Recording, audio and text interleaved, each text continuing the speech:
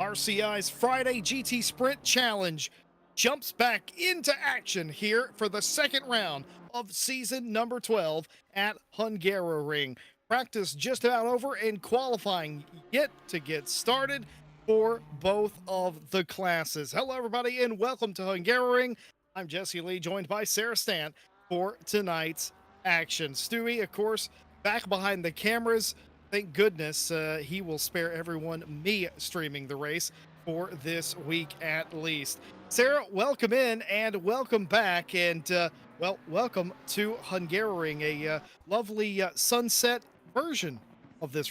I don't think there's any race at Hungaroring that isn't a beautiful race. This is a great track, and I'm excited to be back in the booth with you, just having a great time and getting to see some of these amazing drivers out there. Certainly is going to be. Of course, if you're uninitiated with this series, allow me to info dump on you just a little bit. Two separate classes, a lot of drivers. I can't count exactly how many there are. There are 30 plus in two different classes. We've got Pro and Silver with you on the track today. There will be grouped qualifying in their classes. Silver goes out first for the first 10 minutes, and then the final 10 minutes are given to the Pro class. So all you'll see here in the first 10 minutes are Silver cars qualifying, and that is how we'll do it, not only today, but I assume throughout the entire series. Just after 7 p.m. in sim time here in Hungary, and they're out there on their sort of sighting lap, hopefully in qualifying trim. Nothing to complain about with the weather at all. It's partly cloudy. The track's optimum, and it's 21 degrees C, 20 degrees ambient. All things considered, looking like a perfect night for racing.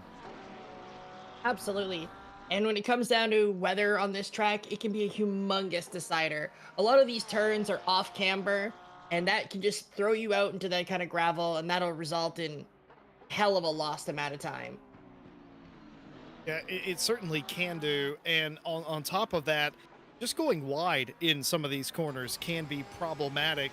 And you could end up going way off to the racetrack, not necessarily making contact with anything, but invalidating your lap time, going wide in general into the marbles. Not so much of a big problem right now here in qualifying, but in the race, the marbles will become a bigger deal. This corner in particular, it's a unsighted left turn that you can get quite wide of. Sudi McFlude for Flying Hellfish showing ultimate respect for that corner, not nearly maximizing the exit that you would normally see drivers do. And that might be a little bit of a confidence thing, Sarah, right about now as they climb over the curbs into the chicane. But that might be a confidence thing, or that might just be conservative on lap number one. Snooty realizing, I just need to get a lap time in, then after that, I'll go for it. With this much sand on the track, the overall track temperature is going to be real low, meaning that he's got to be a lot more careful with his tires. With a corner like that as well, too, it's important to remember that while you can go very wide on it, going a little bit too far almost guarantees you a track cut penalty. And too many track cut penalties, and we're going to see a drive-through. That's something you never want to see on a track like this. It certainly isn't, and this is the kind of track where you can get drive-throughs. Remember the race tonight, 1 hour long. I don't think RCI's ever had in the history of our racing here at Hungaroring, which actually goes back to the original Night Owl Championship. One of our first rounds was right here at Hungaroring, and even all the way back then in 2020, I'm quite sure we had at least one drive-through. It's not known as a drive-through heavy racetrack, but you can certainly get yourself into trouble up into the corner where we saw Snooty take extra precaution.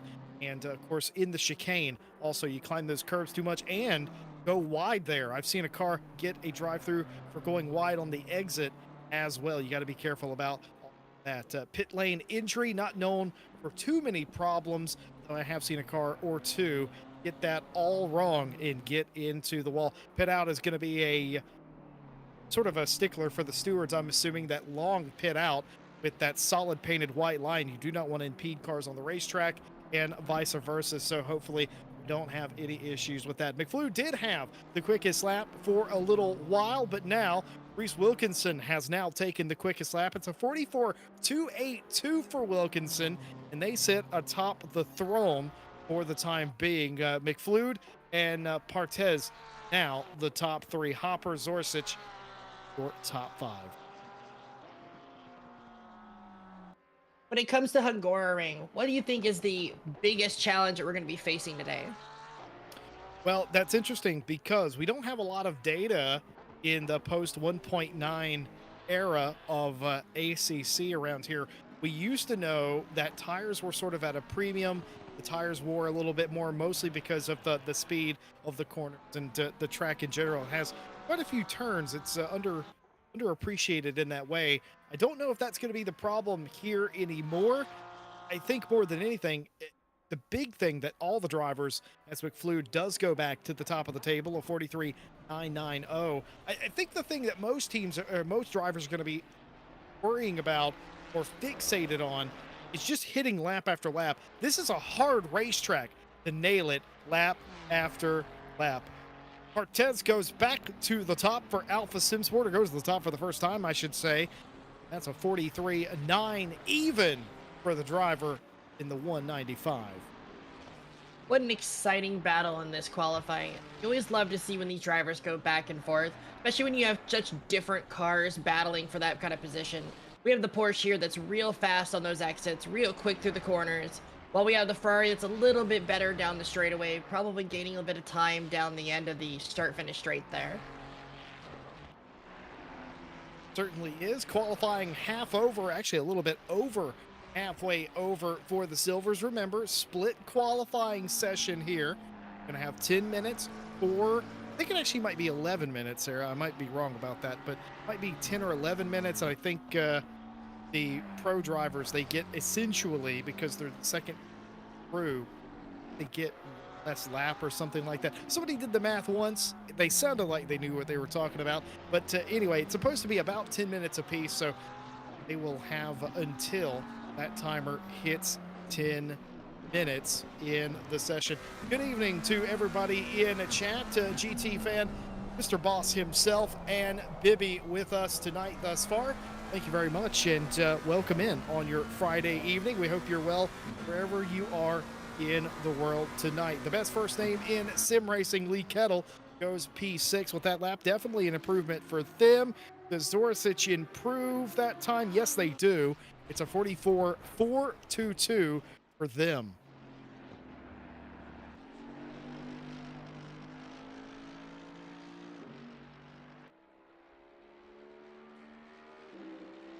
Right now, we're seeing a lot of these cars being able to make these times on the sort of hot lap feeling of the qualifying experience here.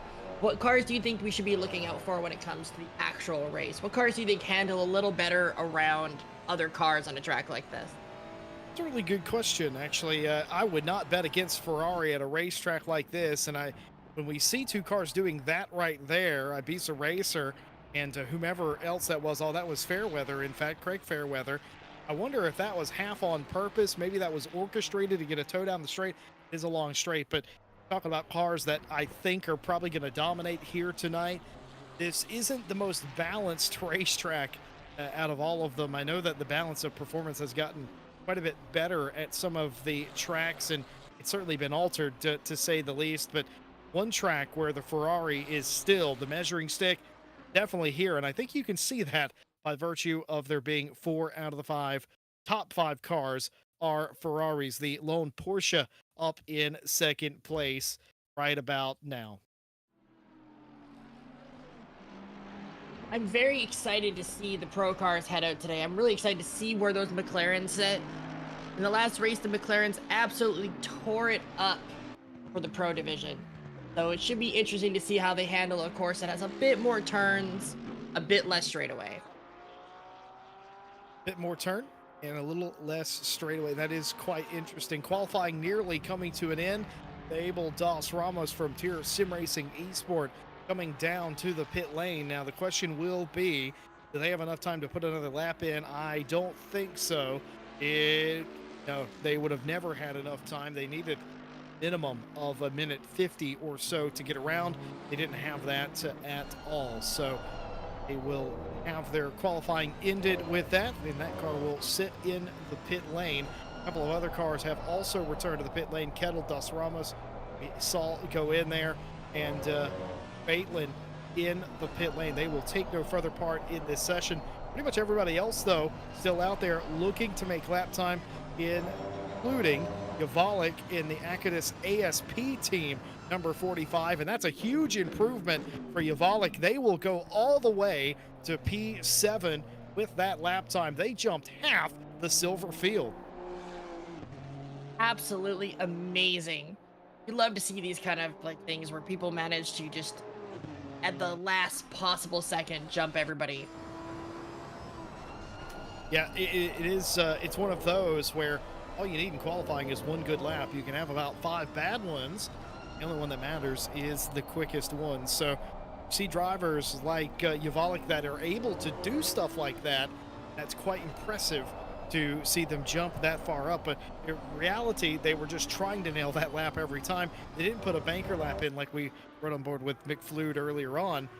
Just going for the big one. Zorsic in the 175 breaks up the Ferrari party inside the top 5 a little bit. They go P5.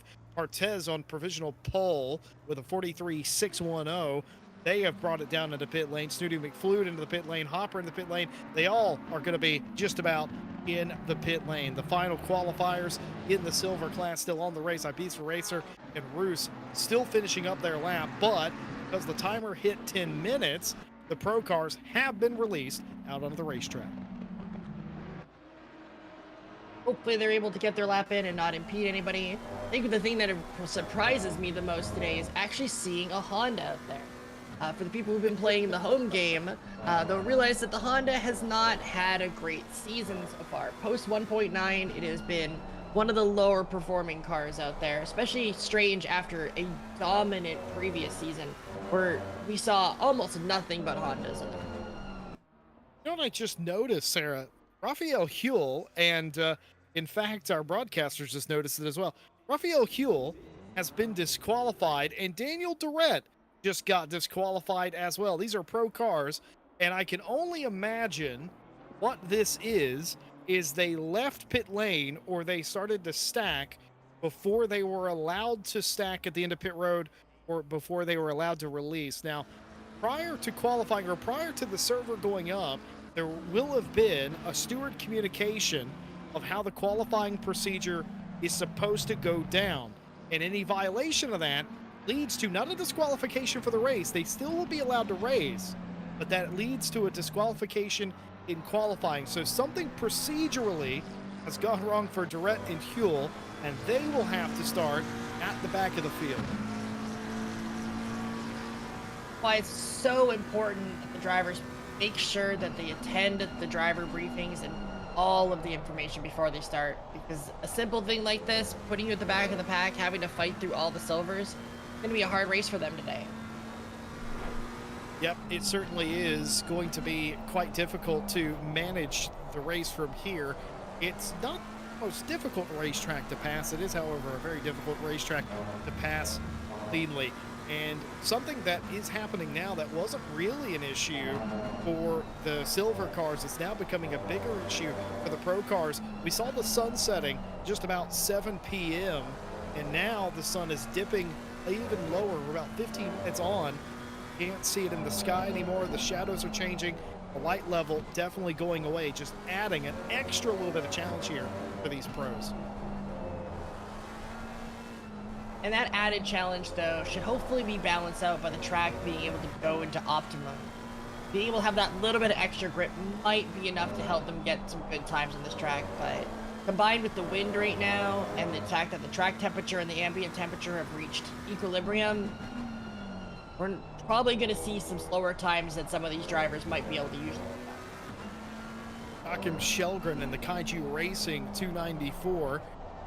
Sarah wanted to know what the McLarens were able to do here, and I think we're about to get a good idea of what it is. In fact, we're not going to know what it is, at least from this McLaren, as this lap wasn't valid. I was just going to compliment Joachim on going absolute hard on their first lap, not putting a banker lap in. And Matej Bava will set our first lap, and the McLarens coming in 8th and 9th in the middle of the silver field. There we go. Wegman in the 67 GP Motorsport liveried car. Sets the quickest time of all is a 42. Now, not joined by anyone else. The silver cars seem to be on it, at least for the most part. A lot of these pro cars struggling to get inside the top 5 of the silvers right now. It's really down to the fact that the track has gotten colder, the wind is picked up, and we're starting to see the lack of that grip starting to be affecting these drivers. Hopefully by the end of the time they'll be able to dial their temperature in, but we're going to have to wait another lap or two before we start to see those times start to appear. Yeah, I wonder if maybe these pros have a different idea as opposed to how the silver drivers went out there and they were quite cautious. A lot of these pros have done the opposite of that. Bixick, Daly, Verstappen, Shelgren, and Danny Santo, just to name a few.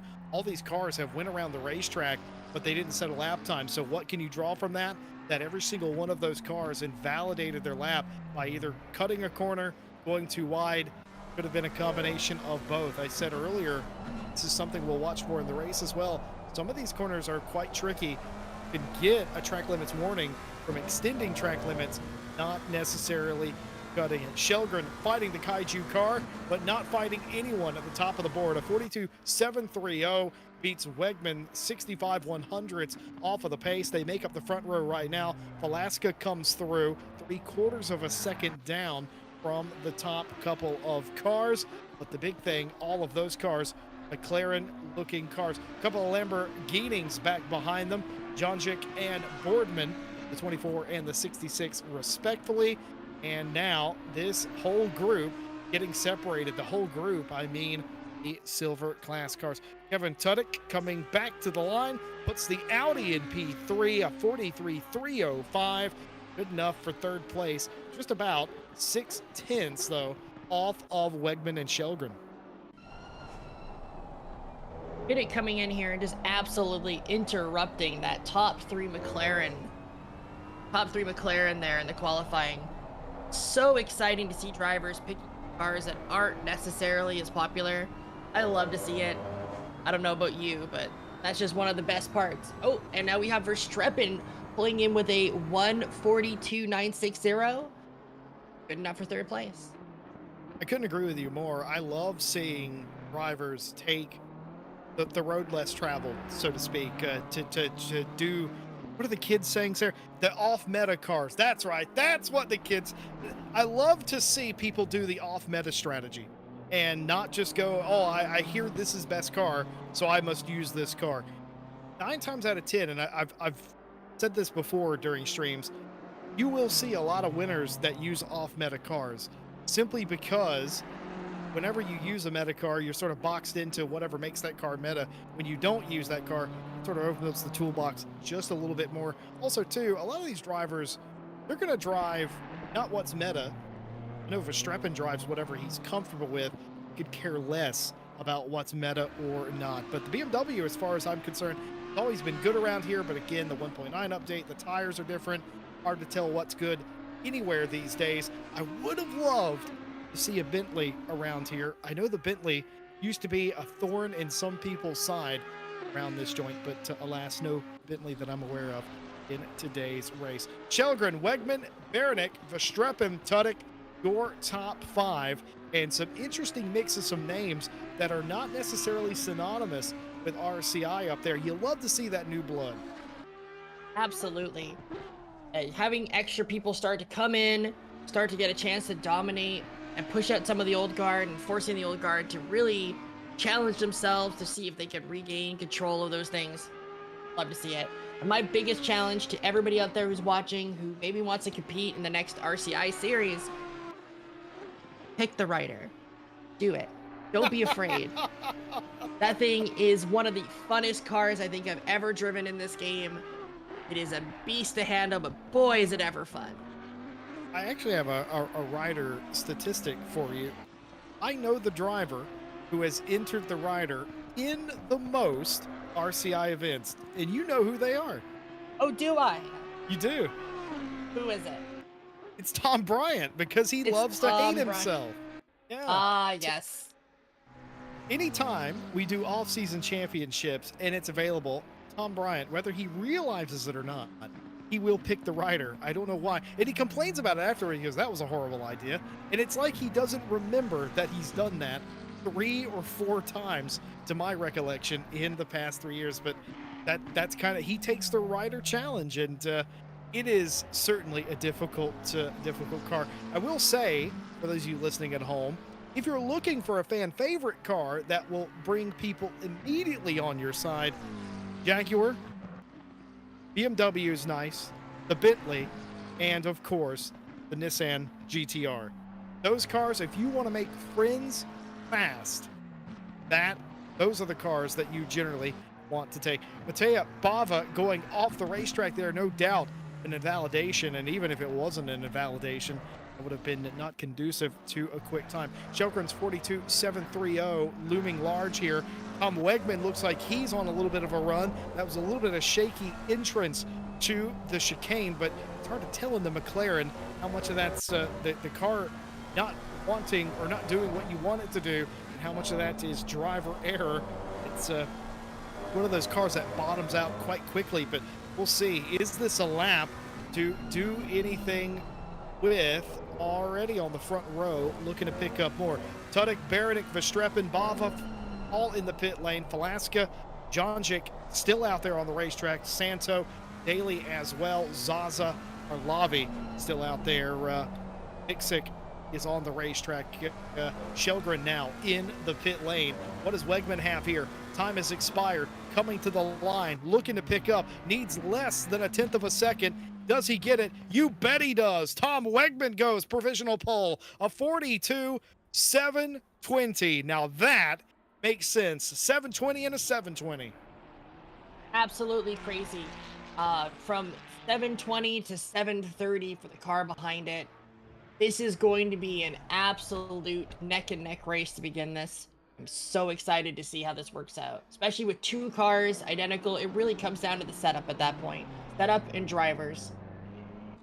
Jordan Daly a little bit out of position. I think we can all agree, a man who knows his way to victory lane at most racetracks, and a little bit out of sorts, not even inside of the top 10. This has not been a particularly good qualifying effort for him, unless the Just Gamers car is going to elevate here, and he does not. He will start from 13th place. The only good news for Jordan Daly there, of course, that he is in front of the entire silver field. Wegman, your pole sitter, I was going to say surprise pole sitter, but that is not fair. Wegman was there early, and he was there often and improving every time. Wegman on pole position, a 720 in a 720. Shelgren will have opposite pole position. Tudek, Baranek, and Jonjic are your top five. Love to see the new blood showing up here at RCI. And I know a lot of the drivers are probably thinking, wait a minute, I race in RCI all the time. But you're at the front, man! You're leading this thing. You love to see that. Silver drivers, very simply this. Cortez leads Snooty McFlude, and Hopper, Wilkinson, Zoricic is your top five in that class. Keep in mind, we've got two pros that got disqualified in qualifying. They will have to come from the back, not the back of their class, back of the. Going to be a tough race for them today, but see how it works out. Well, we've had one round of the championship, and that means that the championship points reflects the results of round number one. Christoph Verstappen wins round number one, and thus in the lead of the Pro Championship. Jacques Shelgren and Romano Baranek, your top three, your podium position. Gordon Daly just outside of that. Danny Santo is your top five. Boardman, Mixic, Durrett, Huel, and Obst are your top 10.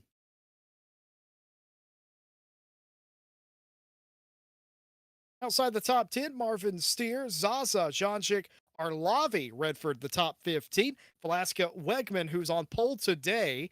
And by virtue of being on pole today, he now has more than no points and will be somewhere vaguely near 15th. But Matej Bava, Tudek, and Barr, your top 20. And as a reminder, anybody with a 0 in their points tally is active in the championship. Anybody with a dash has retired from the series.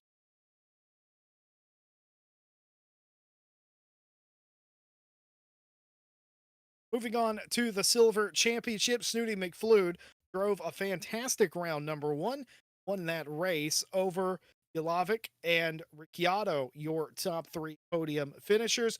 The best first name in sim racing is in fourth place, Bruno Texera in fifth, your top five. Bartes Roberts, Dos Ramos, Racer, and Whiffle are your top 10.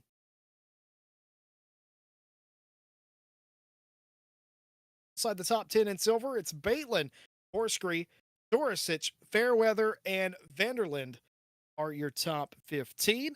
McCrory, Hopper, Wilkinson, Bruce, and Villamas, the top 20.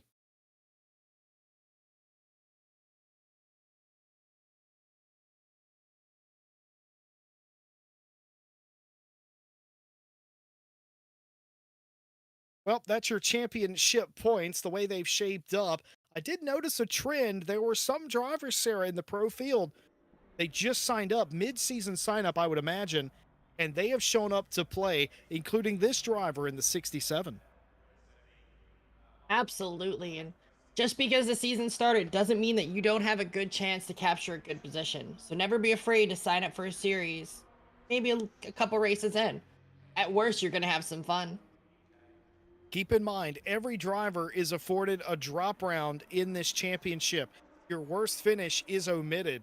Why is that important? Well, if one of these drivers at the front of today's field, today's race, wins this thing after not being here, like Tom Wegman, let's just say he wins out today. Of course, we got an hour of racing to decide that. But if Wegman wins this thing and Verstappen doesn't get any points, or even if he does anything other than win this race, this will become Verstappen's drop round automatically. Round one will be Wegman's drop round, and they'll be tied at 45 apiece. And that's how simply this championship can get tied up. Now, as the season goes on, that complicates things because whatever your worst finish is becomes a drop round, and automatically for Tom Wegman, it will be round number one because he scored not in that round. He wasn't here at the race. Actually, no, I take that back. It's showing that he finished 17th. I'm unsure if well, I know the top 15 gets points. He might have been here for round number one now that I look at it because he has scored 17th. But of course, you got to be in the top 15, score championship points. So Wegman used his drop round by virtue of scoring no points. Back here for round number two, maybe looking for some vengeance, and why not? These drivers are always looking to get vengeance. You never know when you're going to be able to pull yourself ahead and kind of retake that position over the driver who maybe gave you a little bit of trouble in that previous race.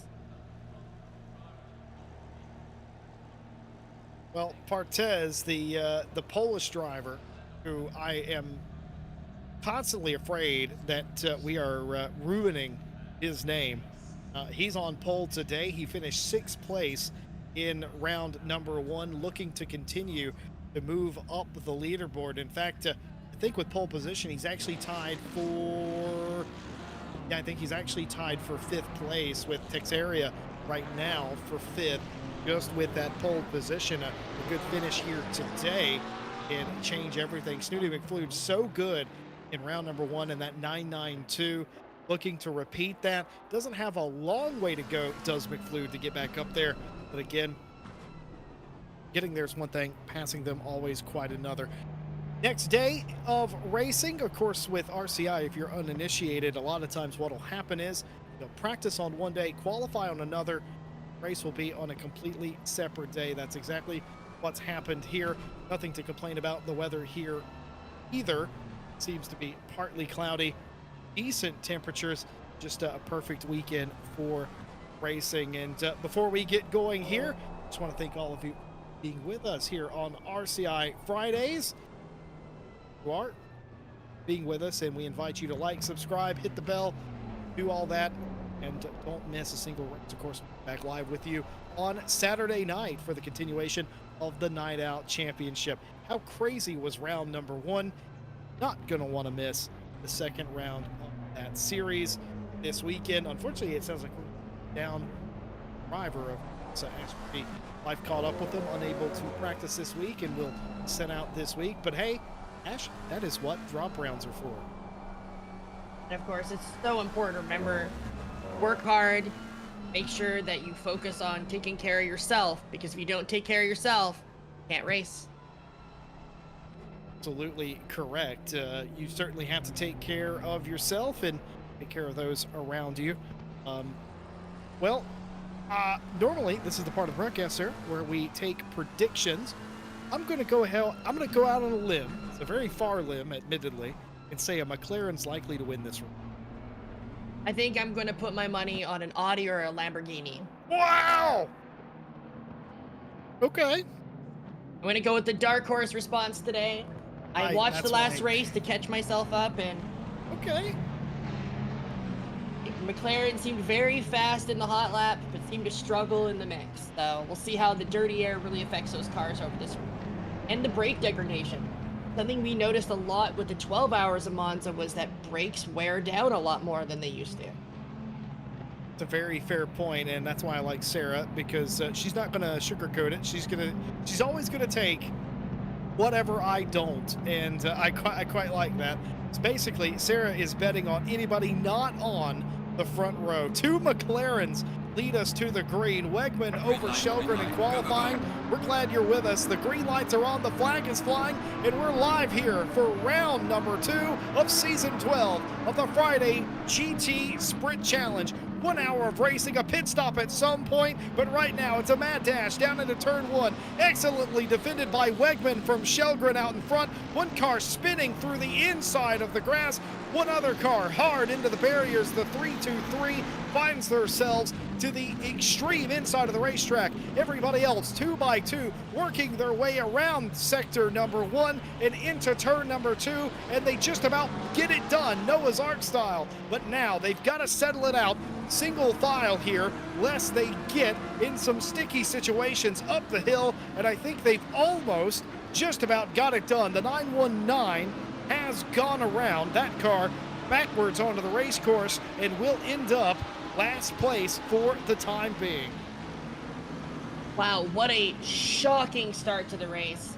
Absolutely tight through that corner and managing to only have 2 cars having a little bit of an issue. What a start.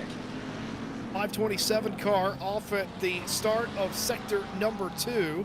Actually, it's not the start of sector number 2, but it's the second turn in sector number 2. A car off there, the 527. They've regathered it.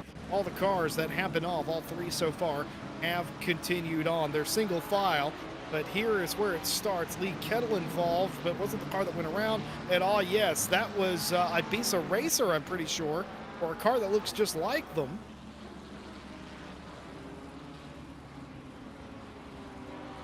That was Vanderlyn, actually, in the 527.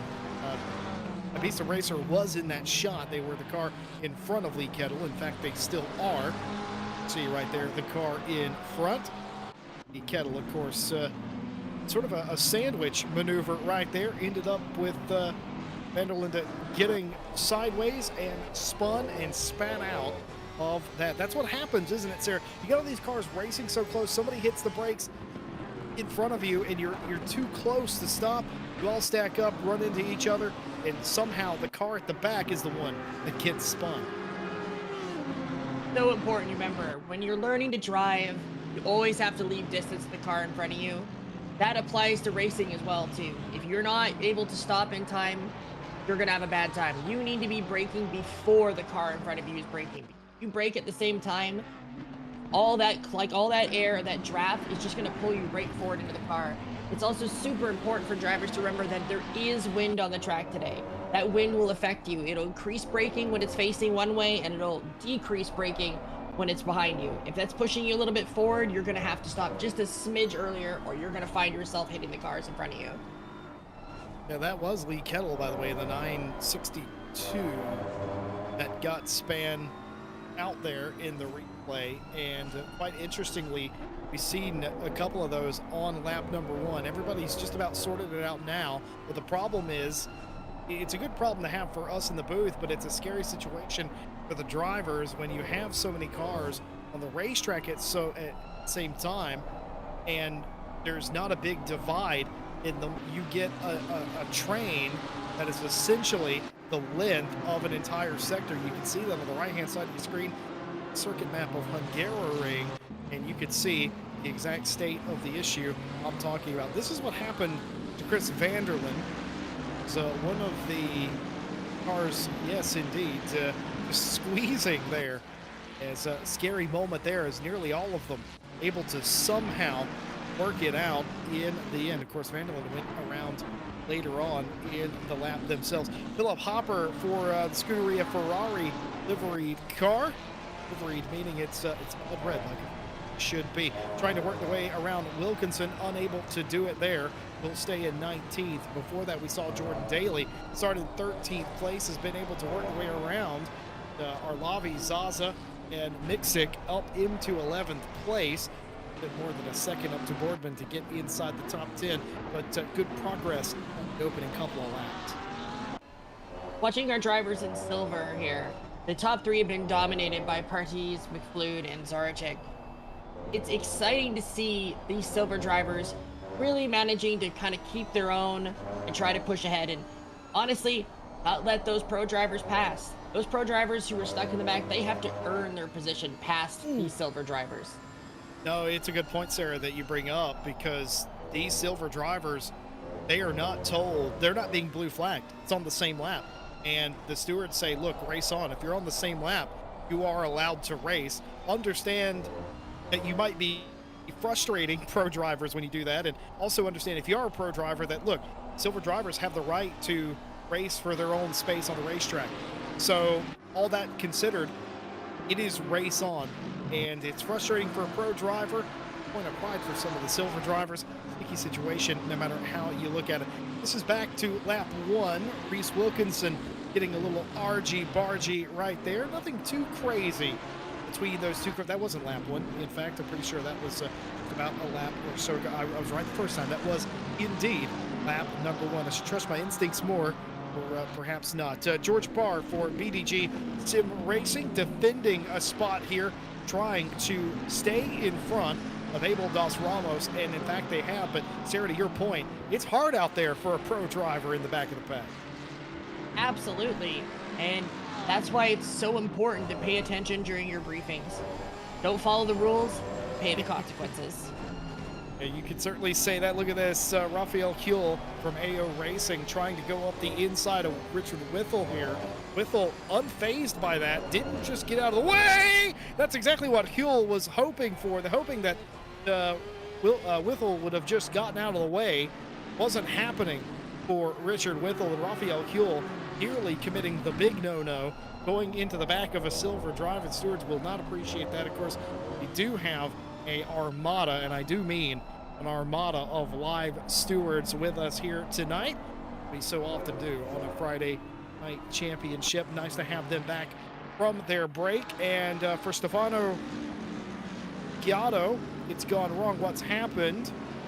And now that's very interesting. Got to the back of the other car, and it looked like the car was unsettled to begin with. They had to get off the throttle to keep from getting into the back of the other car. Maybe the air taken off of their diffuser or their splitter rather. And yeah, that led to a 15-point turn, I'm afraid. It's so important on that turn that you don't take too much of the curb. Getting too much of the curb there is going to unsettle your car as it comes back down, and as it comes back down, you're not going to have the grip that you need to continue to come through that corner, and you're just going to spin out. Quite lucky that he didn't end up giving a tank slapper to the well, this is a very dangerous situation, no. And that's how he's got spun back around. Another Ferrari with heavy contact. I noticed it must have been a 15-point turn. I didn't see exactly how it became that, but for Chris Vanderlinde and the Ibiza Racing team, it has been a nightmare start here at the Hungaroring. That's the second or third incident that particular car has unwillfully been involved in thus far. I'm not a steward, but it's important to note that you have a dashboard on your car that tells you the flags that are happening on the track, and there is most assuredly a yellow flag during that incident. Pay attention to your yellow flags, and you won't get in incidents like that. Yeah, it is one of those. Of course, the driver will be arguing Well, I knew there was a yellow flag, but I didn't know where it was. And once I exited the corner, there we didn't have space to move. But driver will always see it that way. He control will see it the opposite, of course. 8 flags for a reason, and of course, race control's argument is going to be, well, every other car was able to miss them. Exactly. And really, not paying attention and getting in these sort of incidences, the 0.1 second you gained from taking that corner a little bit faster than you should have is offset by the multiple seconds of damage you just gave yourself. Drive safe, drive smooth, then you'll be faster than you are than when you're taking those kind of risks. That's actually very sound advice. I just saw a car coming out of the pit lane. Now, that was a car bidding for damage that might have been Vander Linda's car, but oh, something's happened to Craig Fairweather. Was this contact with another car, or was this self-inflicted? A little bit far back here, looking like down the inside, gonna make a move. This is a super late braking maneuver. It's not gonna come off, and they're gonna nearly loop the car, and now they're stranded in a horrible place. They're able to get it down to the inside part of the racetrack, and that was a super dive. Luckily, nobody was on the receiving end of that one. Absolutely. It's so important on these kind of corners when you're going to have these sort of accidents. Hold your brakes, be aware of your mirrors, pay attention, don't re-enter the track unsafe, because too many people re-entering unsafe, it's just going to cause issues, not only just for you, but for other drivers. And really, nobody wants to make other drivers' days bad. So just pay attention, watch your mirrors, re-enter safely.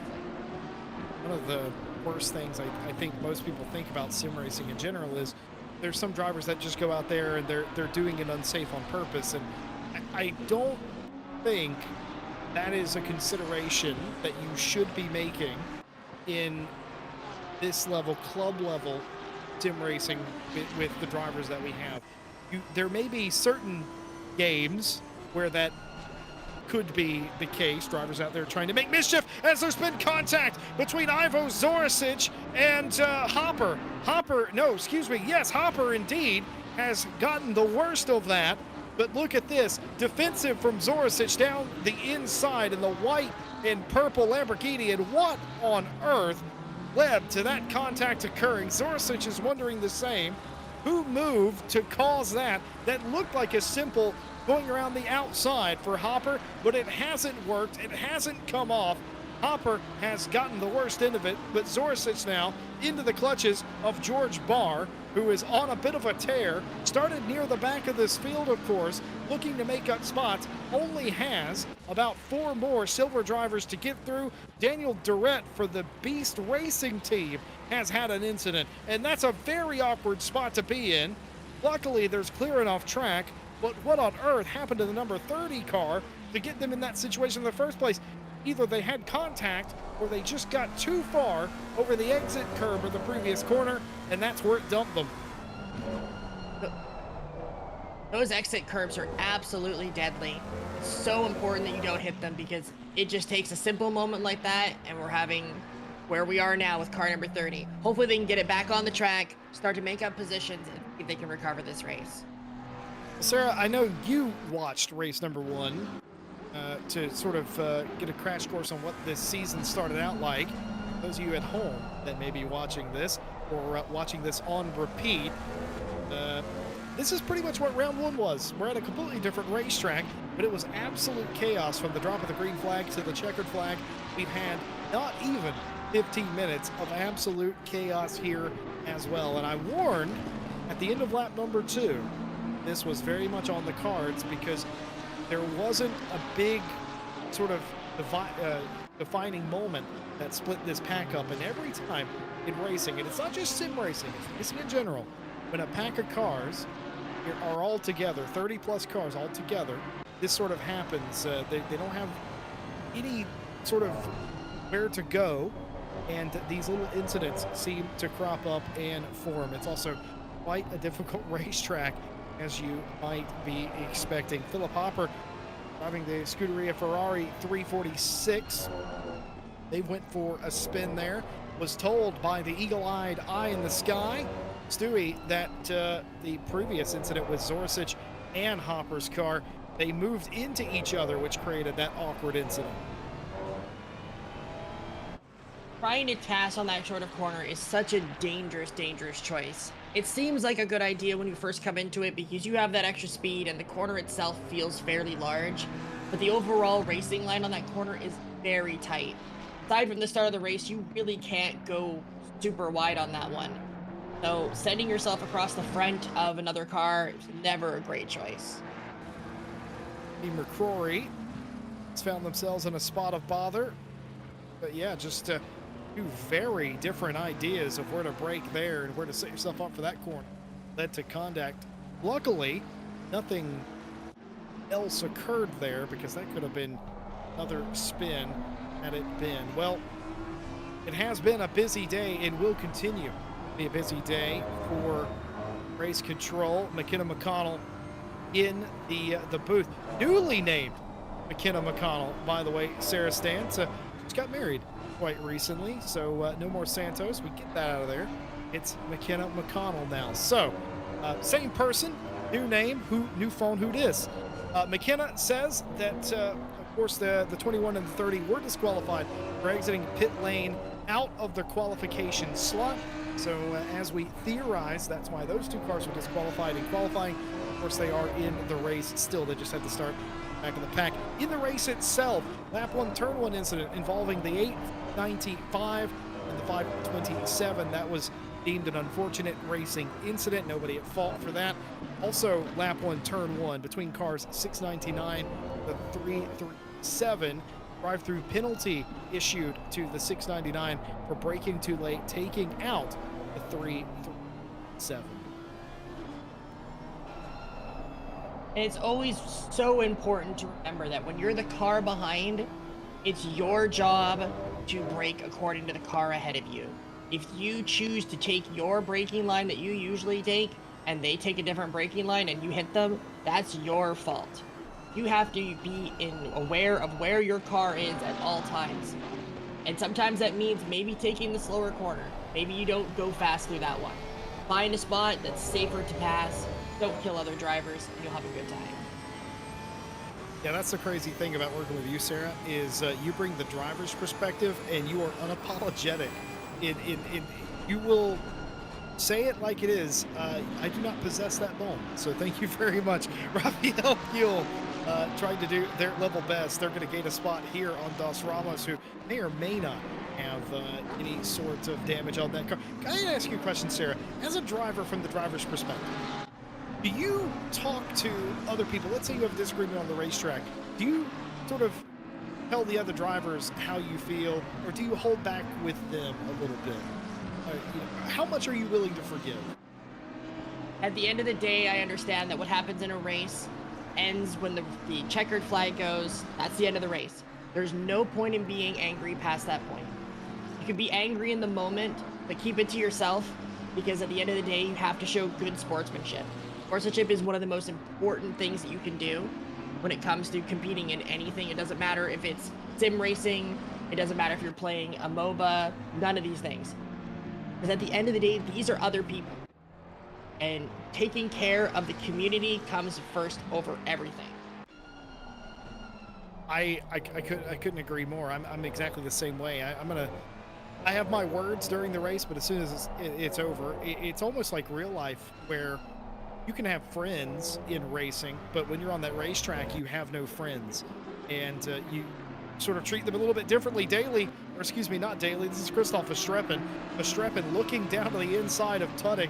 Tudek was not afraid of Verstappen's charge, was calling his bluff, and rightfully so.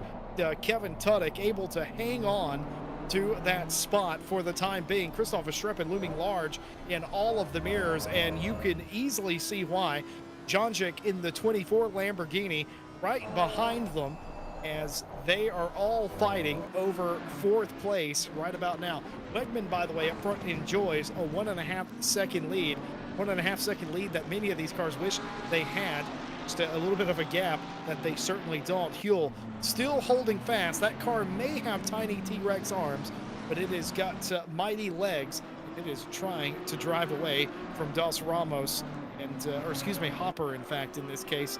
and is just about getting that job done. Verstappen for the RCI Esports team, directly off of the back of Tudek right now.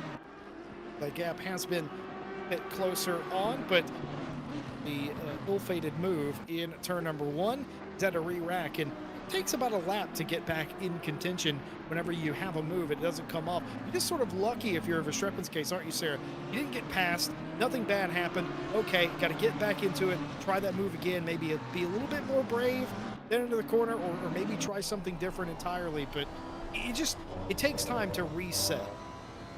Absolutely. Verstappen absolutely embodying the mindset that slow is smooth and smooth is fast. He's taking these corners absolutely clean, not getting into risky situations that result in the car getting unsettled. Sorry, that was a close one there. And by getting those kind of situations, he's able to continuously maintain pace and then push forward.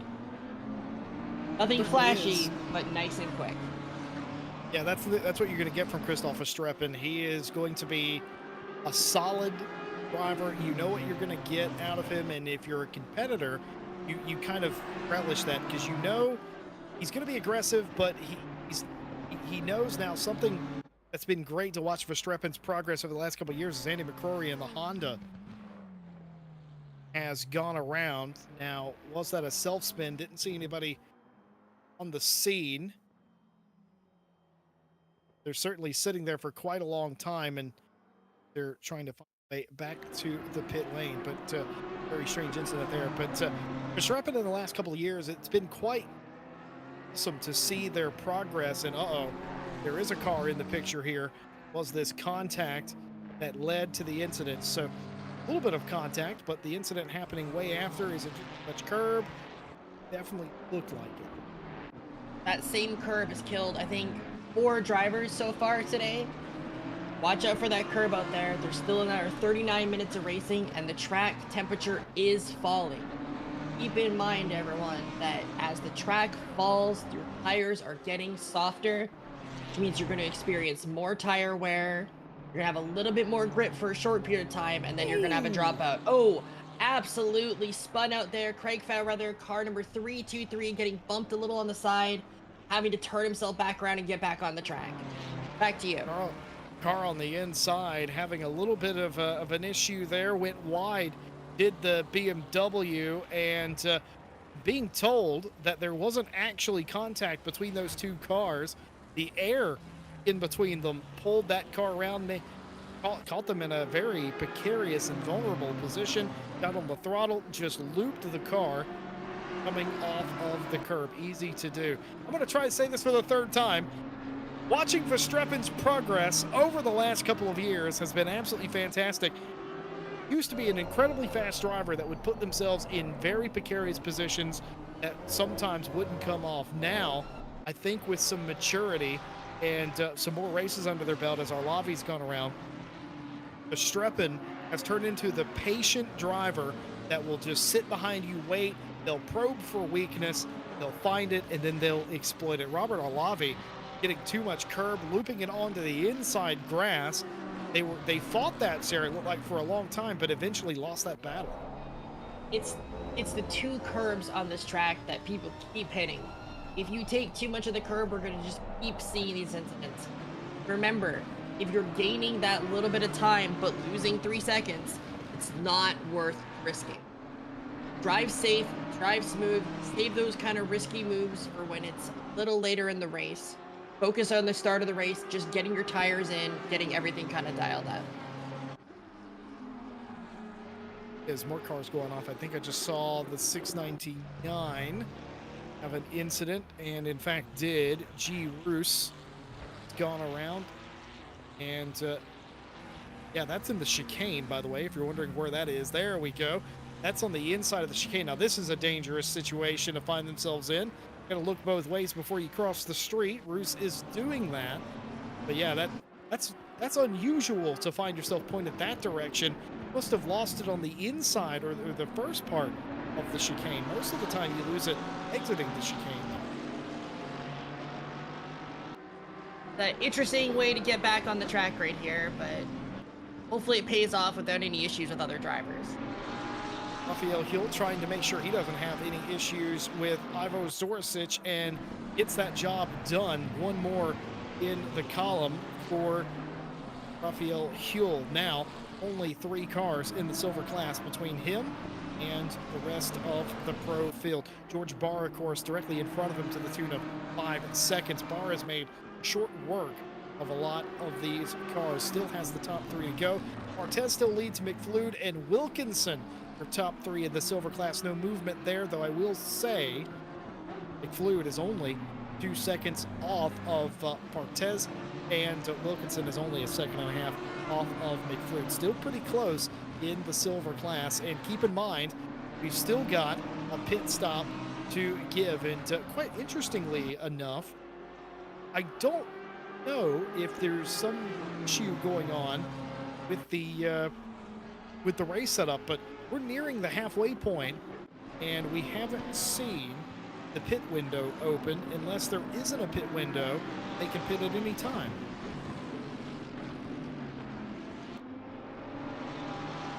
Okay, so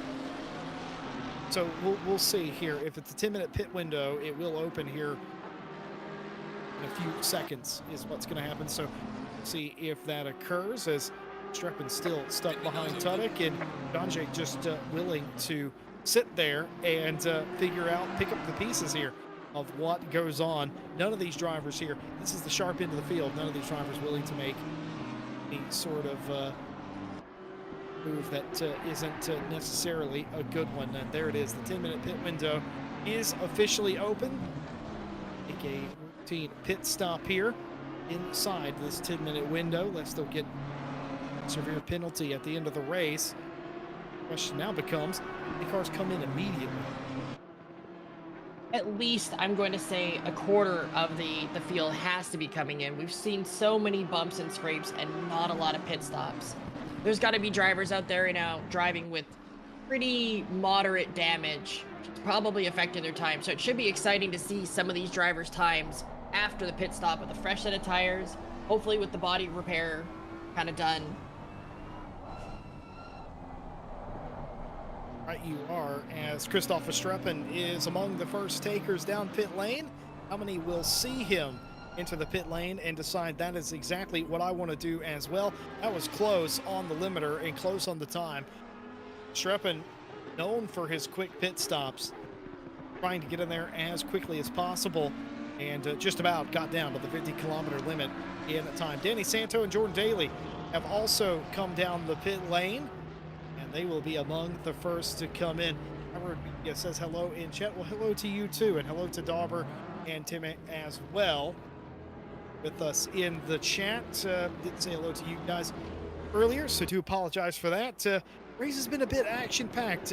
Down and gone is Verstappen and everybody else now cycling out of the pit lane that has come in. Santo and Daly, that is. Daly has beat Danny Santo out of the pit lane.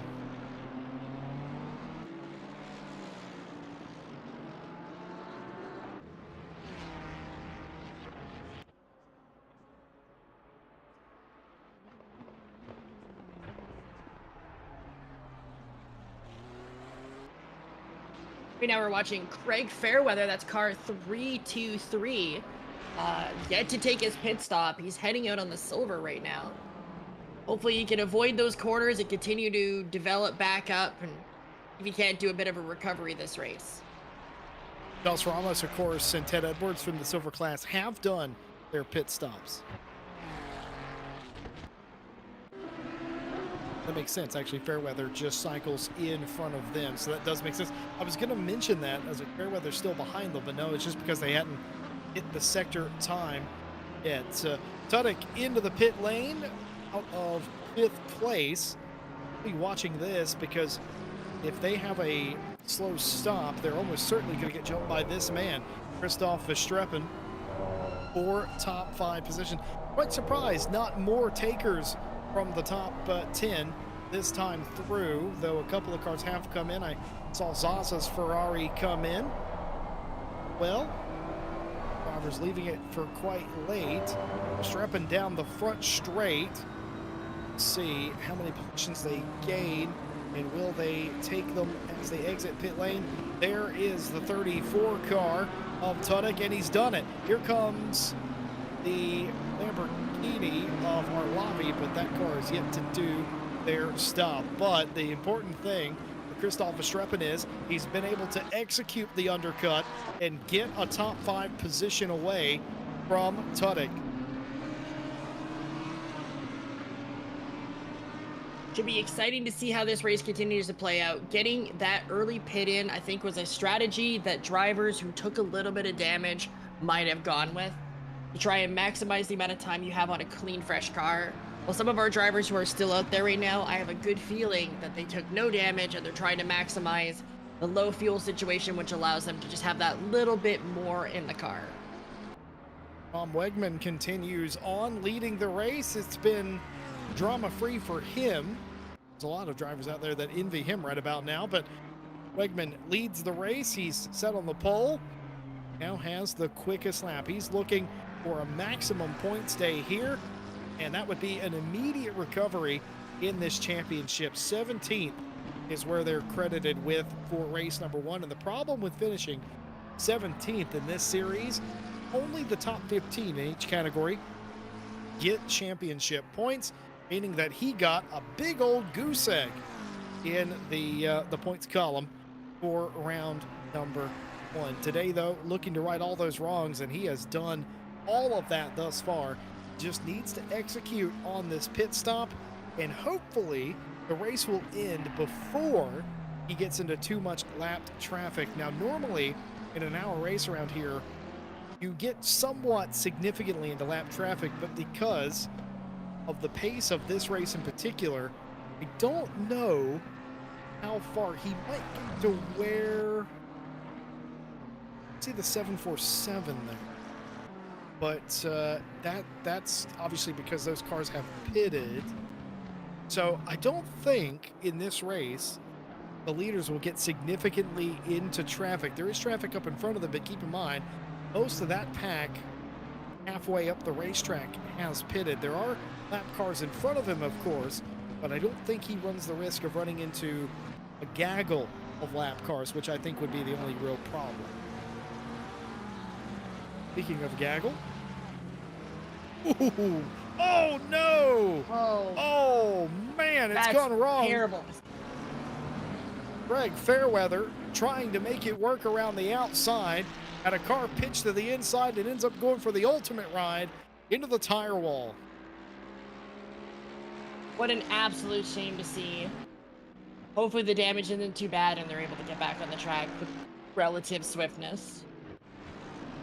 The swiftness, maybe, but that move, it's going to be one that they certainly read. I think one of the biggest differences, and Sarah, feel free to disagree with me here, between a good driver and a great driver is decision-making in those moments right there. Absolutely. The experience that comes from having 1,000 of these sort of crashes, 1,000 sort of incidents, helps you learn how to handle the situation after. And also what separates really what seems like the good drivers from the best drivers is the recovery drive.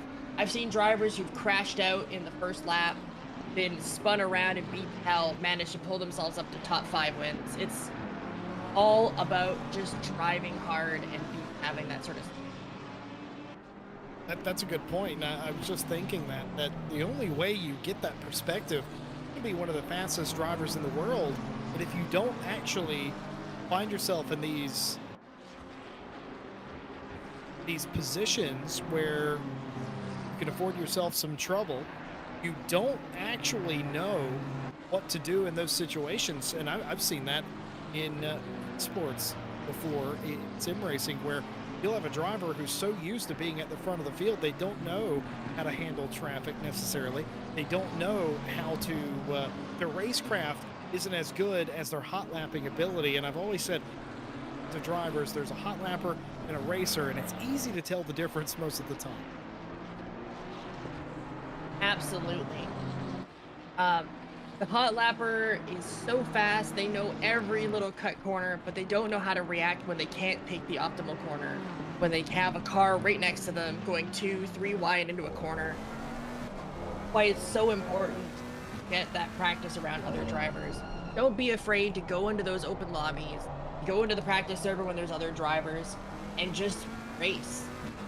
If you're spending your whole time trying to do nothing but hot lapping, sure, you're getting faster, but you're not developing any racecraft. And racecraft is what's going to win your races. I've seen drivers who are 2, 3, 4 seconds slower come in top 3 of races because that's all they do.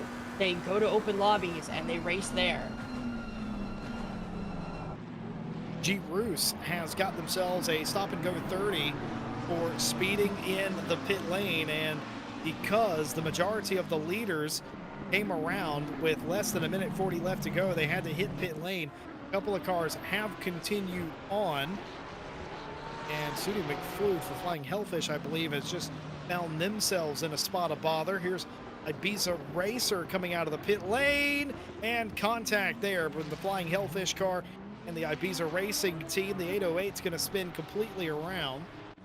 They were still stationary when McFlew was continuing on, and that's huge for McFlew, who was running inside the top 3 in their category. The number 8 car, Romano Baranek, into the pit lane, and he got there, Sarah, with 10 seconds left to go. That's what the leaders wanted to do, but they did not have that opportunity. They had to come in, and what's really huge is Tom Wegman finds himself just outside the top 10. What on earth happened to the 67? Your pole sitter, your leader and owner of the fastest lap, must have had a horrendous stop. Absolutely. The only way to find out is to look back through the race and see later, but I did say that the McLarens, like last race, have a lot of trouble driving around other cars. I don't know if the car has bad performance in dirty air, or maybe it just doesn't handle well outside of a hot lap situation, but right now, the person who is sitting on pole is a Lamborghini. Well, these are the pit stop times for all of the cars, most of them in the 40-second bracket. Some of them are in the 50s. Those are cars that almost certainly had some damage they took care of. But look at P11. That's your pole sitter Wegman. He's led every lap up until this point. He had a 1 minute 11-second stop. What does that tell me? That's 30 seconds longer than anybody else just about. He took tires. That's a bold move under the current meta. Not a lot of drivers out there today are probably taking tires. These drivers are trying to make sure that they optimize every last second. 30 seconds over a period of a race, that means you would have to have 30 laps where you gain more than a second per lap for it to be worth it for you to stop to take tires. I think that bold move is not going to pay off for them. I wonder if they forgot to turn off tires. See, Sarah, I wonder the same thing, because that is a problem in ACC. If you don't know what the UI looks like, you configure your pit stop for every stop, and you can set them up in the future, but if you don't, it will default to taking tires every time, and it will not change. So if you're setting it up while you're out there racing, while you're distracted, it's so easy to leave that checkbox checked. It happens in iRacing all the time too, to be fair. You know how many times I've been doing well in a race, and then I'm so hyped that all I got to do is one stop left, and I forget to uncheck tires right at the end. I just need a splash and go, but I end up sitting there and taking 4 Mr. Feelgoods. Done that before. It's not fun. It can happen in ACC as well, and it happens more often than a lot of drivers would probably like to believe. Wegman trying to make up for the mistake, trying to get some of these spots back. He will have better tires, but it's not going to work if he goes that wide. He had the position on Santo, but he didn't have the brakes as he broke way too late and gives that spot immediately back up. Joachim Shelgren, the leader of the race right now. Romano Baranek with his ultra late pit stop got in there with 10 seconds left. That's expertly timed. He's P2, Christoph Streppen third, Todek in fourth, and Janjic your top 5. Jordan Daly, remarkable progress, as we said, started 13th. He has gained more than 6 spots. He's 1 spot outside the top 5, though it is 5.8 seconds to the next nearest car. He will have to shake a leg if he wants that top 5 after all. But what could have been a day of frustration, the frustration that many drivers have had today. It could have been that for the 197 Just Gamers car, but it hasn't been. Tom Wegman is frustrated right now with Danny Santo nearly into the back of him here. Absolutely tight driving. It looks more like a NASCAR race out there right now. Oh, Oh, it really no. does! Oh, And no! into the point of the barrier, too. The stewards are definitely going to be having a look at that one. That is not going to look good for Tom Wegman, who's trying to push back and have a bit of a recovery race. Right into the back of him and right into the wall. I think he just got fed up there. A little lapse in judgment and a little bit of frustration from Wegman. Just right into the back of Santo. And, there's nothing else to say from that, really. Wegman didn't really have the line and sent Danny Santo into the wall. That will take some explaining, I'm afraid. Absolutely. The damage to the other car is probably going to be fairly hard. That was a fast hit into the wall. Stuff we don't want to see.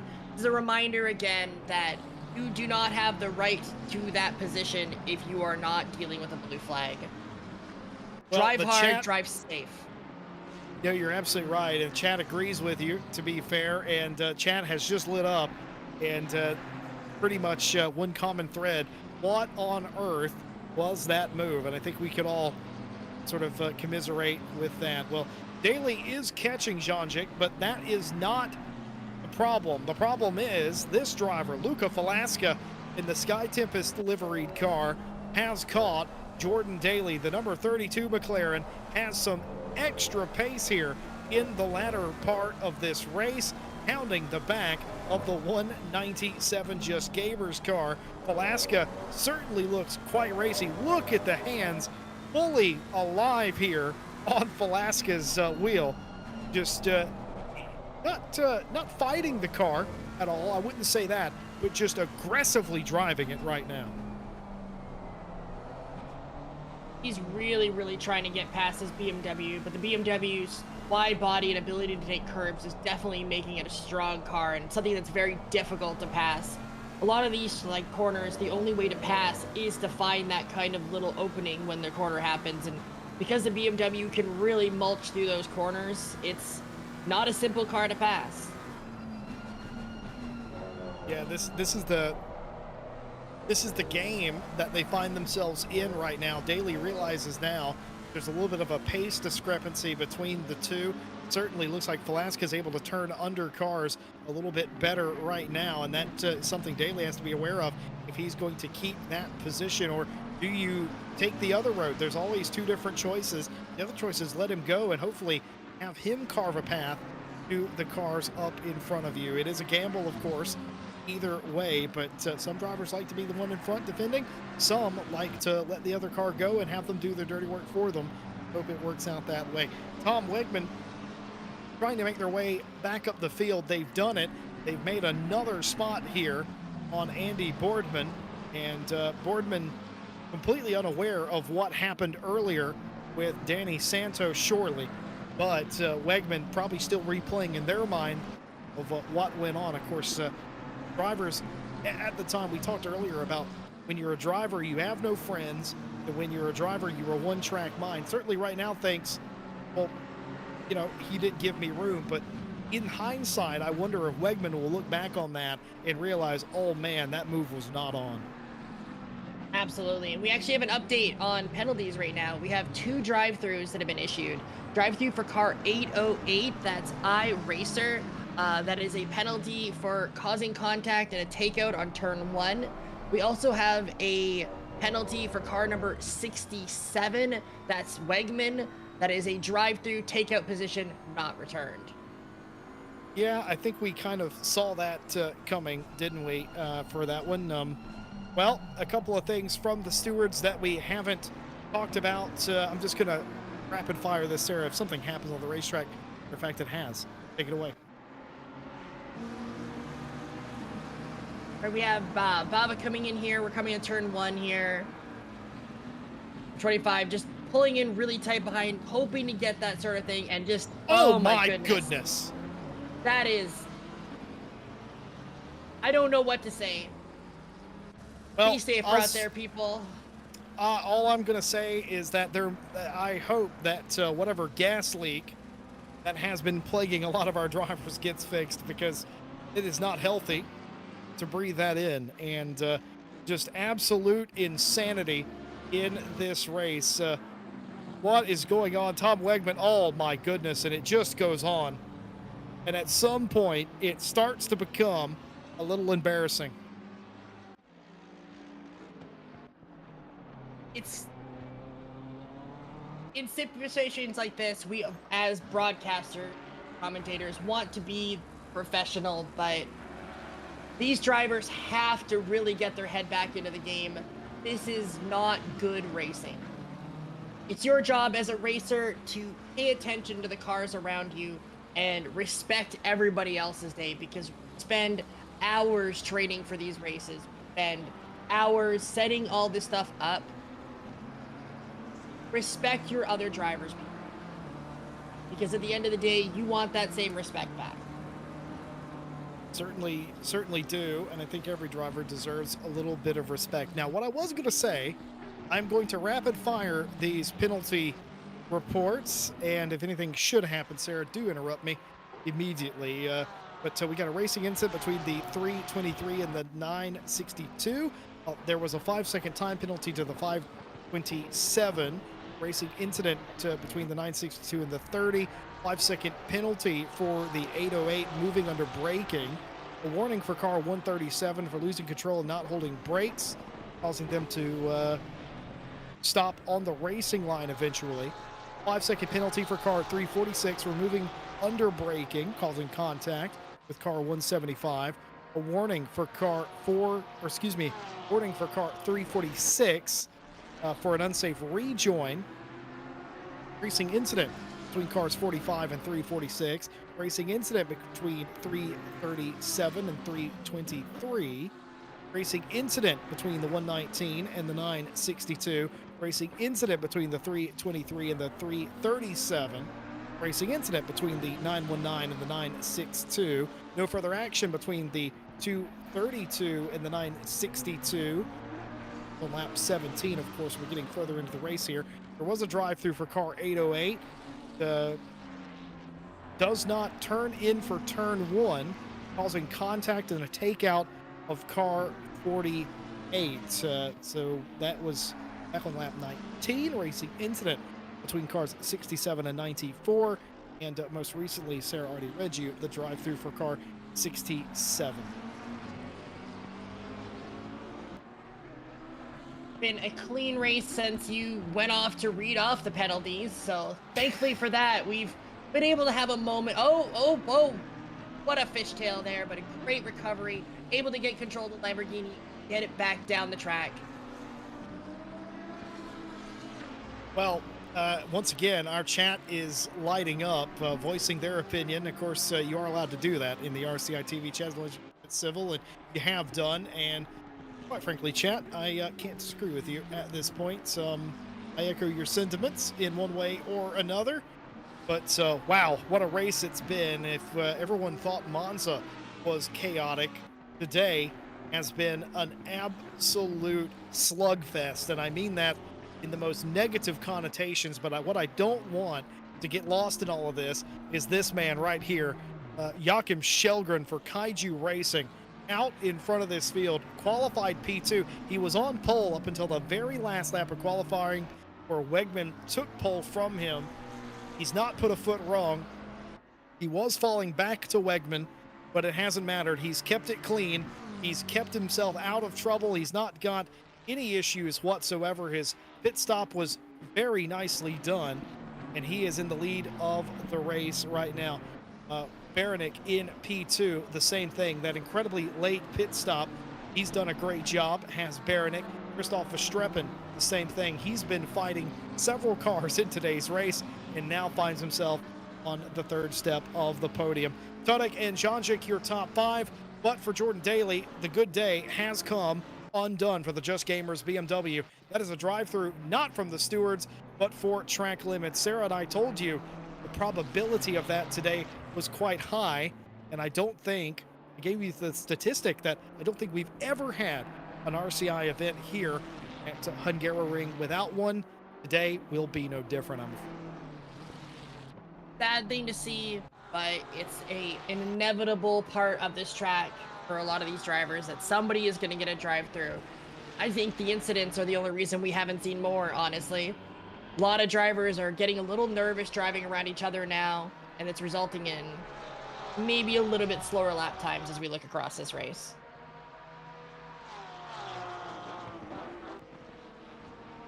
Final 11 minutes of the race, and for some folks, it's felt like an endurance race and not so much a sprint. 1 hour is a sprint after all, but it hasn't felt like that. Rafael Huel has been in the wars since the offing, and despite his car having the tiniest arms in the business, the front of it quite scary indeed.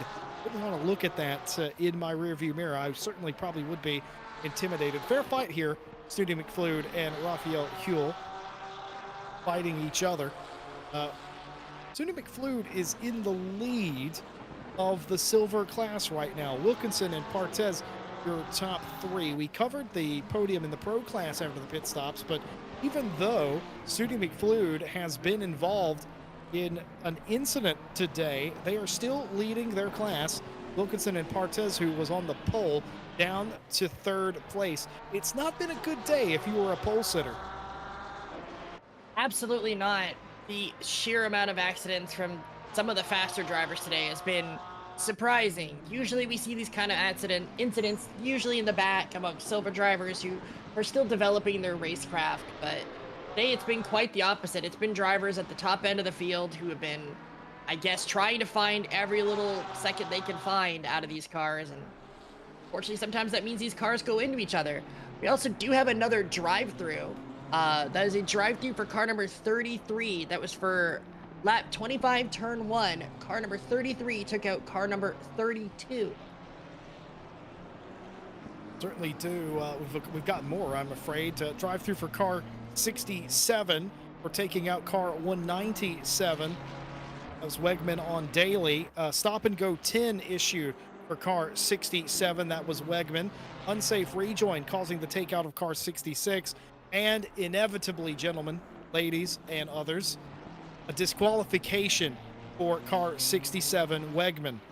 Disqualified for exceeding license point limit for a single race. Now, that does not disqualify them from the championship, Sarah. That only disqualifies them from participation in this race. They have already left the race. They've brought the garage door down. They've already eliminated themselves, but procedure is procedure. They have been officially disqualified. It's always a shame to see a driver get disqualified for penalty points. I hope that they can take what they learned in this race and come back a better driver, because that sort of mindset, that sort of activities is just something that isn't good for your own development as a driver. You got to be better than that, people. There's good days in racing, there's bad days in racing, and Wegman had a bad day, and you got to come back from that. You have two options. You can sulk about it and get mad, or you can build a bridge, get over it, come back next week and show them all what you can do. I know what the better of the two answers are. Then again, I'm not the one behind the wheel, but certainly I would come back next week and show them all what is what, and put my name back on the map. Ted Edwards has driven off of the racetrack. Was there contact? There was, to the back of what appeared to be a very slow car, and they have received a drive-through penalty as Ted Edwards, and I don't think that's steward given. That's certainly track limits, but was that track limits because they went off the course after the contact with the slow car?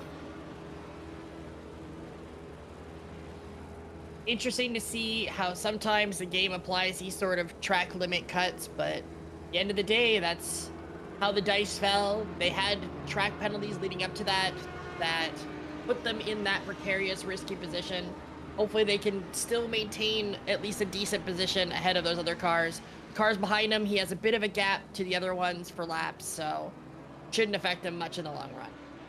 Yeah, that to me, that's at least to my eye, and of course we see it from one angle up here in the booth, so you'll have to forgive me if this is an incorrect hot take, but That seemed very odd. I don't think Ted just ran in there and got that other driver. I think that car was off pace. I don't even know if there was a waved flag for that car, but it certainly was off the pace. It could have taken Ted by surprise. He had nowhere to go but into the back of him because he just didn't realize making that turn where that car was going to be and how far off the pace it was. Could be incorrect about that, but certainly felt like the situation at least appeared quite differently. Kevin Boss chiming in about coming back and being better, and Kevin Boss says, I was one LP, one license point, folks, away from disqualification in the Porsche Cup on Monday. Had a bad day. Take it on the chin, learn from it, and improve. Well said there by a veteran, a man who started out in AM and now is at the sharp end of the silver field. Could be pro sometime soon, Kevin Boss. So proud to see drivers who take the mindset of the race that way. Showing them that you can improve, that you can be a better driver, that you can improve your racecraft is so admirable. And it should be something that we should definitely promote in our community. So proud of you, Kevin. Thank you for doing that. Yeah, thanks for actually not getting disqualified in the Monday race as well. I do appreciate that. Had a bad day. I think you know that sums it up. You have bad days. Everybody has bad days in sim racing. Nobody is immune to that. Joachim Shelgren, who certainly looks like he's going to go on to win this race today, has a 3-second lead on Romano Baranek. Baranek, by the way, has not fallen off the back of Shelgren pretty much at all in this race. It's never been more than about 4 seconds. Baranek has kept Shelgren honest. Shelgren's another one of those drivers that we've just learned they don't really make a whole lot of mistakes, as Ibiza Racer has come to a stop out there on the racing circuit. They were off the racetrack. Ooh, a weird jerk of the car there. And is that some kind of mechanical or connection-based incident? Could be one or the other. The good news is where Racer is sat, they are off on the side of the road. That is not a part of the racetrack that gets a lot of use. Oh. You can see that by how much rubber is there. Normally the place where the clag and the rubber bits gather is not a part of the track that's ran in. You could easily fit too wide through here. You can see down on the straight, the marshal waving the local yellow there. But yeah, this has the hallmarks of a connection issue or a severe mechanical fault in Racer's car. I don't believe Racer's actually in the car causing this, and at this time, just an unfortunate circumstance. No life from the cockpit at all, and a lot of times when they disconnect, it takes a million years for the server to update to actually disconnect them. And there it is. Shame to see, absolutely. It must have been equipment failure. Because usually when we see drivers full-on disconnect, they drive off into the sunset, they return to their home planet, you know, those kind of situations. But this was just a sudden snap and a jerk on their wheel, and that was it. Yeah. They managed to get over, at least over into the marbles, out of the main racing line, which is great to see. We never want to see a driver stuck on the racing line in a situation like that. Hopefully it's a temporary fix issue and not a much larger damage to the wheel. Hope to see them next race. Certainly the case. Ibiza Racer, of course, didn't want to be in that situation to begin with, as G. Roos has had an incident, and they don't look like the car is too close to them here. Just went way too wide, off into the marbles, and back across the racetrack. A scary moment for the 699 and for everybody else. Just tried to keep their foot in it right there, did Roos, and it had almost ended in tears. It didn't, but it almost did. And just trying to limp the 699 to the checkered flag here tonight. No shame in that. Some nights it's just about seeing the flag. That's all you're trying to do. But clearly off the pace here, going off the racetrack, letting other cars through whenever they can, trying not to be a mobile chicane despite the pace difference. And ooh, it's still scary though whenever you come up on a car that's that far off of the pace, trying to get that car back around. Claudio Zaza in the Zaza Racing 712 has Miksic right in front of them, racing for a top 10 position.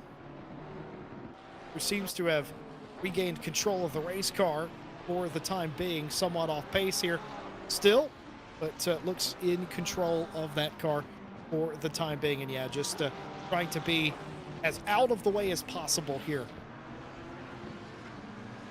It's always a shame when drivers get into situations like this where they have a bad race and they have to start letting so many cars by. It's never a good feeling. I definitely feel for Kyrus here because it just doesn't feel good. You want to race. And we're getting a message here that he may be nearly out of fuel, and that might account for why he's driving so slow right now. Maybe taking a lower engine map that allows him to squeeze out those last few liters of fuel. Hopefully not, though. That as well does not feel good. Yeah, these cars, just like the real ones, they have multiple fuel maps.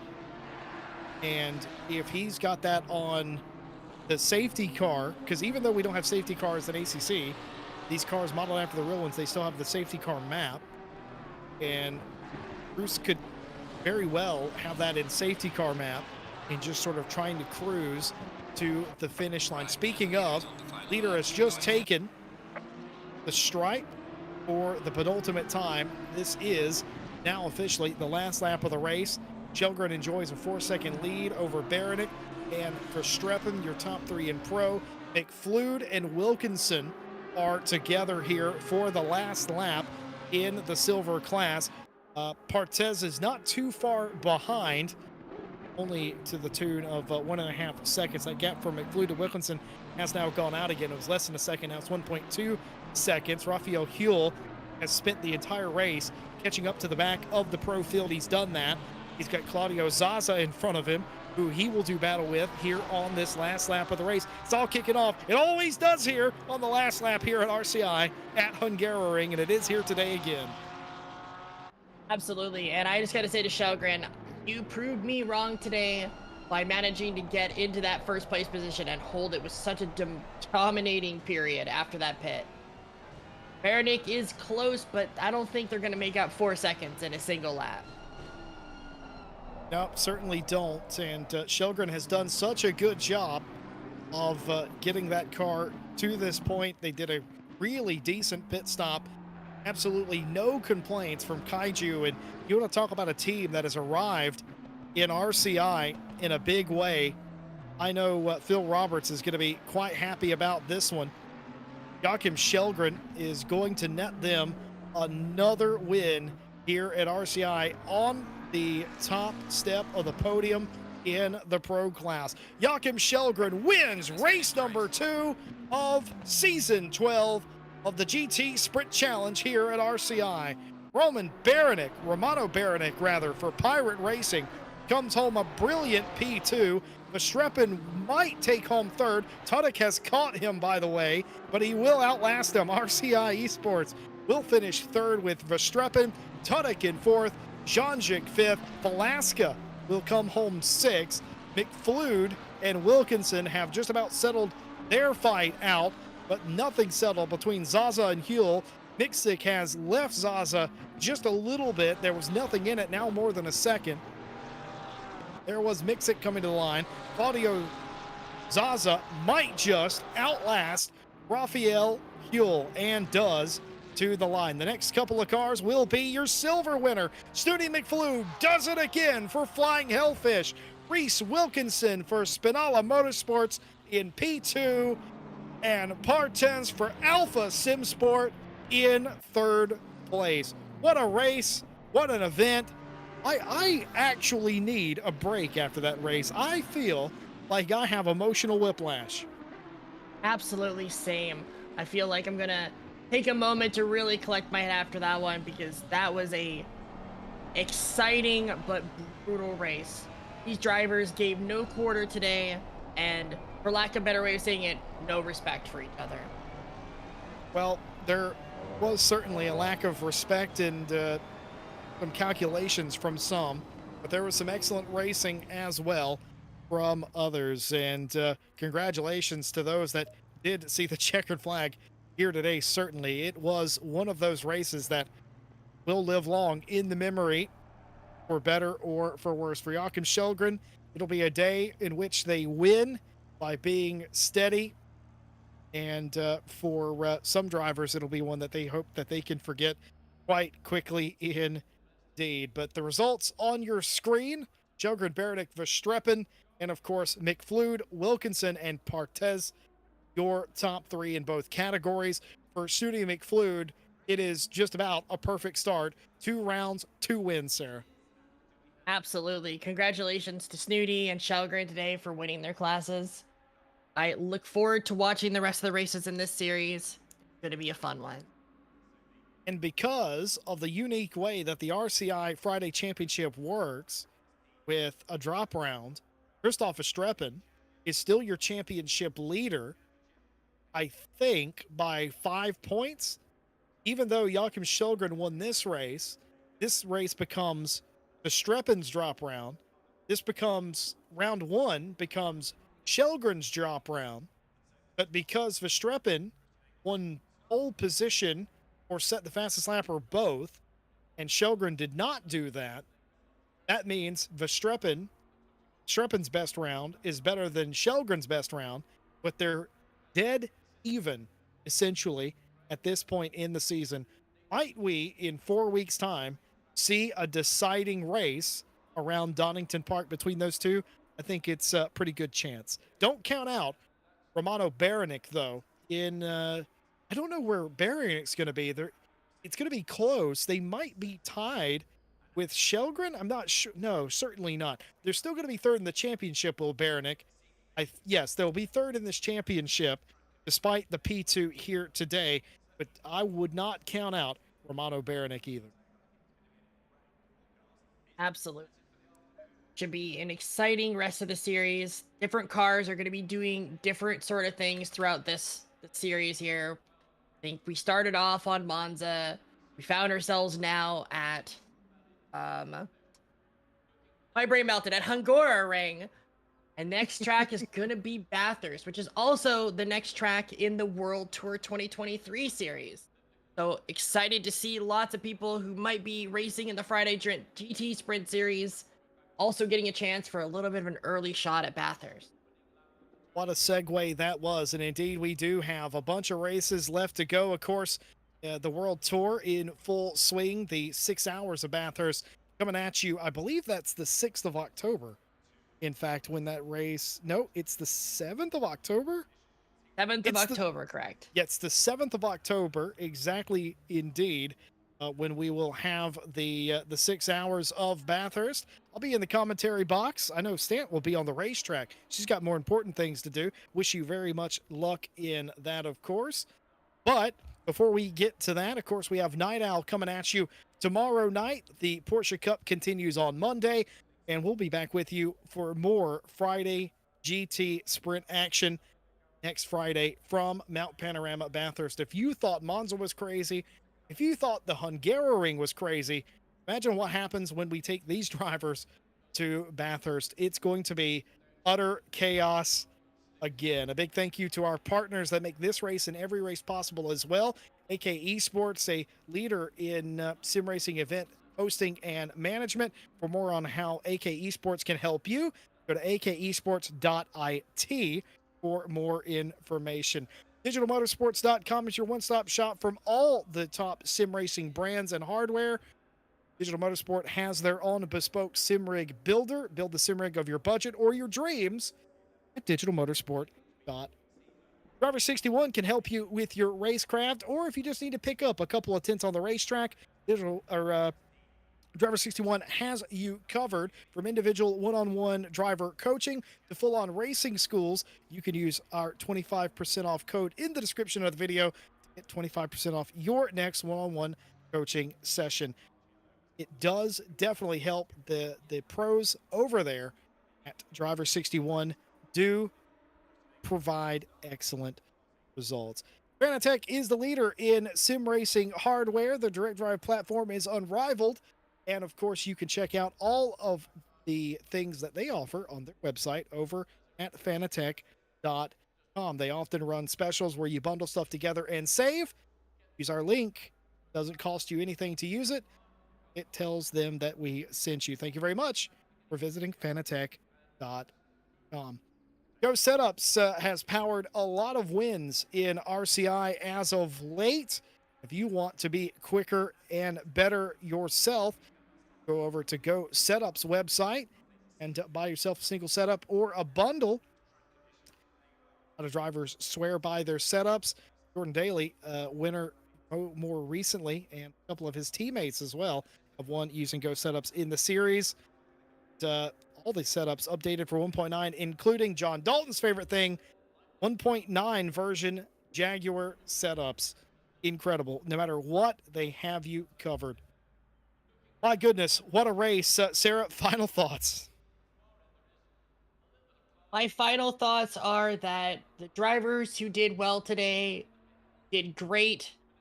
Glad to see clean, fast driving from you. And my other thought is there's some drivers who may need to take the remedial driving class. Couldn't have said that better myself. And finally, for all of you watching in home, thank you so much for being with us today. Thank you so much for your comments. Thank you for liking, subscribing. We'll be back with you this Saturday night for Night Owl. Until then, take care of yourself. And until then, have a good night.